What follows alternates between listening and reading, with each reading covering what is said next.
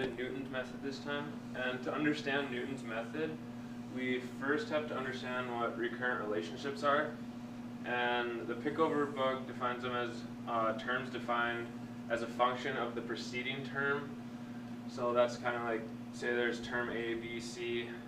Term A is going to be part of the equation to solve for term B, and then term B is going to be part of the equation to solve for term C. And these recurrent relationships can be traced back to the earliest math. Babylonians used them so they could help when they were just starting to calculate square roots. It helped them find those. And the Greeks used them to help them calculate the value of pi, and it's still in use today. Which brings us to Newton's method. And this is one of the most well-known methods for solving really difficult equations that are in the form of a function of x equals 0. So basically what that means is it's used to find the roots of equations, and it's used a lot in science and engineering. And I know one of the ways it's used in like engineering is if they're trying to find like a maximum or a minimum, they'll take the derivative and then find the root of the derivative there. But this can be really hard to do if the equations are really complex, so that's where Newton's method comes in. And Newton wrote about this, or he published it in his book, which it translates roughly to an analysis of equations with an infinite number of terms. And he wrote this in 1669, but it didn't get published until 1711. So if we wanted to apply Newton's method, this red line here is a function we're looking for. So we're trying to find the root of it. And obviously, if we have a graph, we can have a pretty good estimate of where it is. But this is just kind of for a visual representation. So first you make a guess close to the root. You go to the function at that point and draw a tangent line and make a tangent approximation of that root. And then that's going to be your next guess. So this is where the recurrent relationship kind of comes into play. That's your next guess. So you go up to the function there, make another tangent line, and as you see, each tangent line is going to get you closer and closer to the actual root. So eventually, you'll get really, really close to it. And the only time this doesn't work is if the derivative of the function at that point is 0. So, for example, if we had a function that had a root right there, but it did something like that, and you guessed right there, when you found the tangent line there, it would just be perpendicular to the x-axis, so you'd never be able to find that.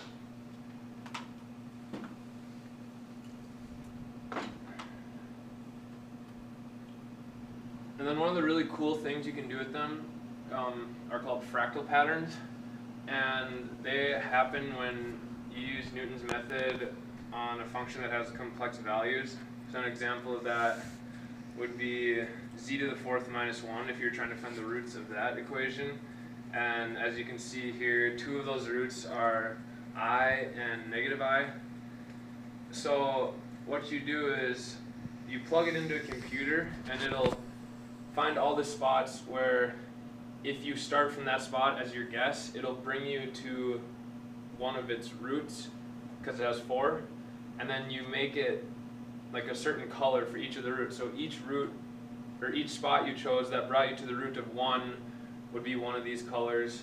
Each spot that brought you to the root of -1 would be another, and so on. And then it ends up with these fractal patterns, they're called.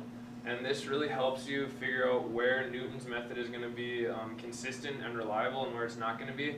Because as you can see on this, if you would try to apply this somewhere around these areas, there's all kinds of colors in there, and it'd be really hard to be able to predict where you're going there. So now we're going to do an example. And the function is x to the fourth minus 1. So a quick sketch of that.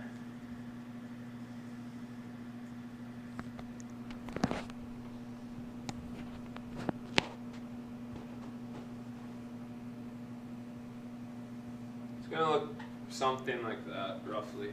So we're going to have our initial guess be 2. So I mean, obviously we all know that the root is going to be 1 here. If we guess at 2, that's what we should end up getting.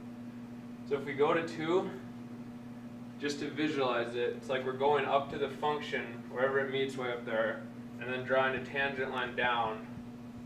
So that should be our next guess, okay? So then the formula, there's actually a mathematical formula for it. As you can see over here, it's whatever term you're on minus the function's value at that term divided by the function's derivative value at that term equals the new term. So in this case, we have f of x equals x to the 4th minus 1, and f prime of x equals 4x cubed. So x sub n, our first guess, is going to be 2 minus f of x sub n.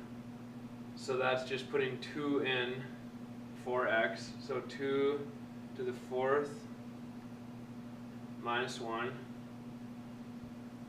Then we divide that by the derivative where x is 2. So that's 4 times 2 cubed. And then this is going to give us the next term. So if we simplify, this will simplify to 15, and this simplifies to 32. So we have 2 minus 15 over 32, and we're actually left with 1, 17.